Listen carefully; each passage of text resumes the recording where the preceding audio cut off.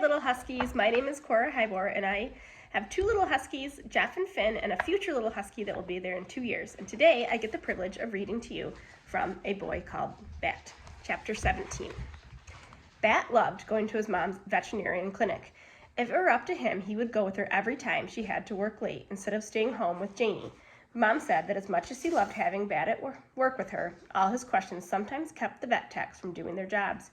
Bat tried not to ask so many questions, but there were so many interesting things to ask questions about. Today, you can help Lawrence with baths, Mom told Bat as she drove him the 3 miles from the Sawi school to the small brick building marked Valerie Tam DMV. Janie was always trying to get Mom to rename her veterinarian clinic something else, something fun. She'd say something creative. So far, she had suggested the Furry Friends Clinic, Pause for a Moment Veterinarian, Nose to Tail and everything in between, and her favorite was the Hospital. But Bat liked seeing Mom's name on the side of the building. It was like she was a celebrity. "I'm good at baths," Bat said. "Yes," said Mom, "you are." When he pulled open the heavy glass doors at the front of the brick building, Bat was overwhelmed by smells and sounds. The lavender peppermint spray they used to clean up the pet accidents. The wet dog scent of shampooing going on in the back room. Barking, barking, barking. A phone ringing, people talking, a cat's yawl. If there was this much ruckus at school, or the playground, or anywhere else at all, Bat would definitely need his earmuffs. But here, the sounds and smells didn't bother him. Even the flickering fluorescent lights didn't irritate him very much. Suzanne stood behind the counter, running a lady's credit card through the machine with one hand while she answered the ringing phone with the other. "Dr. Tam's office," she said, waving hello at Bat as he walked by. He waved back, but he didn't say anything because he didn't want to bother her. It used to be that he didn't notice if people were busy with other things, but he was way better now. At least he usually was. An old lady, old like grandmother, sat on the bench in the waiting room. She held a box on her lap. Bat stopped in front of her. "What kind of animal do you have in that box?" "It's my cat Pickles," the lady said. "He's not feeling 100%. "What are his symptoms?" Bat asked. "Are you a veterinarian?" the lady asked. "No," said Bat, "not yet." "Ah," said the lady. "Well, he has indigestion and he hasn't been very hungry lately." There were lots of things that could be. Bat looked up at his mom, who stood next to him listening. She shrugged. "I'll have to examine Pickles to know what's wrong," she said. Then she turned to the lady. "I'll see you and Pickles in just a minute or two." "I hope Pickles feels better soon," Bat said. Then he followed Mom through the door that separated the waiting room from the back and watched as she took her white coat from its hook. She put it on, and then Mom was Dr. Tam, a veterinarian. Better than a superhero. One day, Bat would also have a jacket, just like Mom's. It would be white and would have 5 buttons, and it would have the words Dr. Tam DMV embroidered just above his heart. Of this, Bat was 99.9% sure, because that was as sure as you could be about anything. "I've got to go see patients," Mom said. "You stay close to Lawrence and be a help, okay?" "Hey, Bat Boy, what's up?" Lawrence was the only person who called Bat Bat Boy. "Mom's rescued a skunk kit and we're raising it. She says we have to give him to a rescue in a month. Well, 3 weeks now, but I'm going to change her mind. We named him Thor," Bat said. Lawrence laughed. "I know all about the kit," he said. "Who do you think is taking care of him while you're at school?" "You are," said Bat. "Are you doing a good job?" Lawrence ruffled Bat's hair and Bat smoothed it down again. "Of course I'm doing a good job," Lawrence said. "It's the only kind of job I know how to do. Look." He reached into the neck of his shirt and pulled out the strangest necklace Bat had ever seen. It was made of a t-shirt material and ended in a little pouch just big enough for cradling a skunk kit. "Is Thor in there?" Bat asked. Lawrence nodded. "Yep." The little guy seemed kind of lonely in his kennel, so I made a sling for him out of my old t-shirts last night. See, snug as a bug in a rug. Lawrence opened the pouch so Bat could see. There was Thor, curled in a little sleeping ball. "Can I wear him?" Bat asked. "Of course.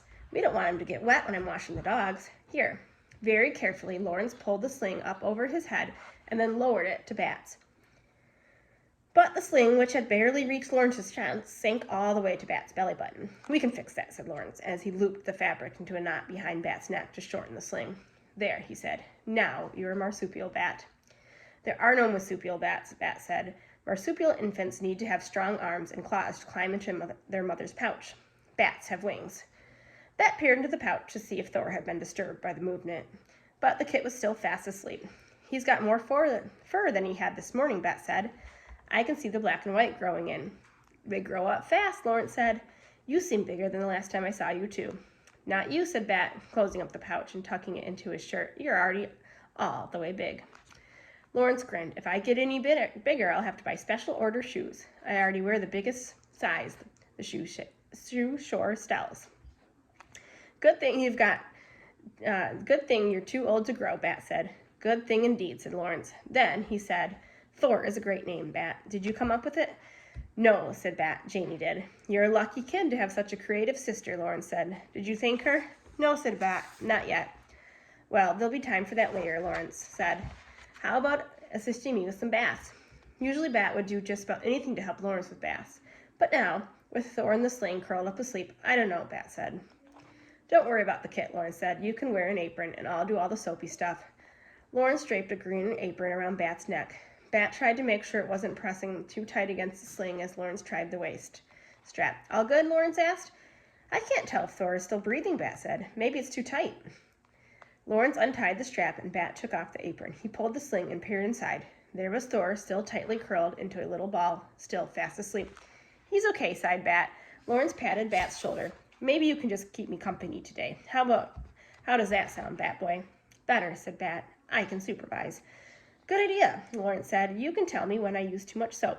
That's easy, said Bat, following Lawrence into the holding room where the dogs waited in separate kennels for their bath. You always use too much soap. Bat climbed up on a counter across from the big silver washbin and watched as Lawrence bent down to open the far kennel. He scooped up a shaggy white poodle who didn't look very happy about what was about to happen.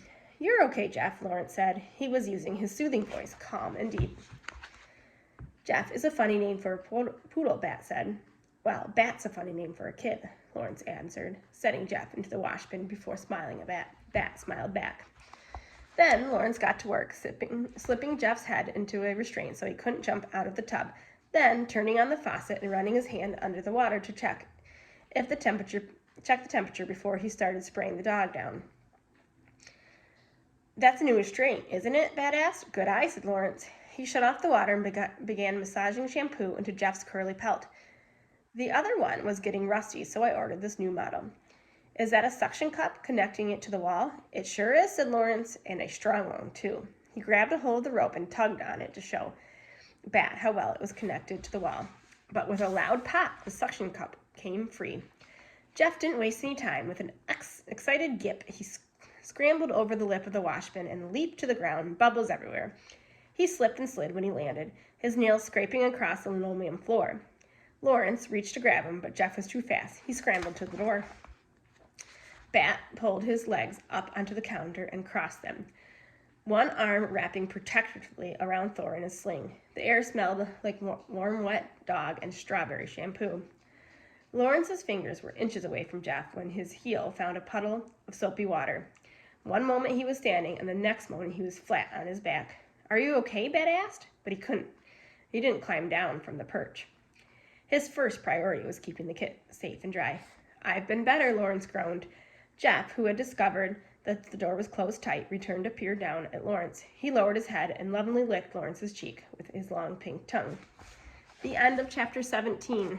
Have fun reading the rest of the book, and thank you for letting me read to you. Have a great day.